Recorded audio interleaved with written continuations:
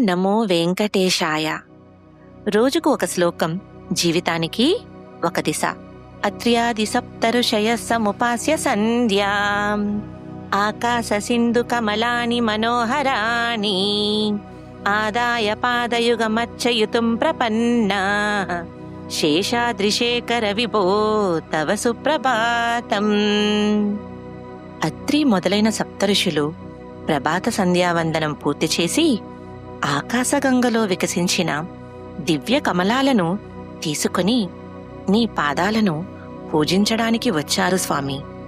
ఓ శేషాద్రి శిఖరంలో నివసించే ప్రభు, నీకు శుభోదయం. ఇక్కడ మనం ఏమి తెలుసుకోవచ్చు? సప్త ఋషులు వంటి మహానుభావులు కూడా తమ ప్రభాత దినచర్యను అంటే డైలీ రొటీన్ను దైవస్మరణతో ప్రారంభిస్తున్నారు.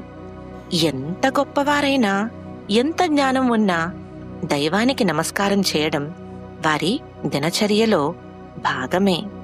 ప్రభాత దినచర్యను ఎలా ప్రారంభిస్తామో మన రోజు మొత్తం అలాగే మారుతుంది. ఉదయం చేసే ఈ చిన్న అలవాటు మన జీవితంలో పెద్ద మార్పును తీసుకువస్తుంది. జీవితంలో కూడా ఇదే నిజం. మనం ఎంత బిజీగా ఉన్నా, ఎంత నాలెడ్జ్ ఉన్నా మనకు ఒక గ్రౌండింగ్ అవసరం. అదే దైవస్మరణ. ఉదయం చేసే చిన్న ప్రార్థన మన మైండ్ని స్టెబిలైజ్ చేస్తుంది, ఫోకస్ పెంచుతుంది, రోజు మొత్తం క్లారిటీ ఇస్తుంది.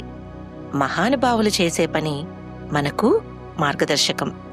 వారు చేసిందే మనం కూడా ఫాలో చేయాలి. రోజును దేవునితో ప్రారంభించండి. జీవితం దారిలో నడుస్తుంది. మనం ఎంత ఎదిగినా దైవాన్ని మరవకూడదు. అదే వినయం, అదే నిజమైన గొప్పతనం. ఇది వెంకటేశ్వర సుప్రభాతంలోని 5వ శ్లోకం నుండి నేర్చుకోవలసిన అంశం.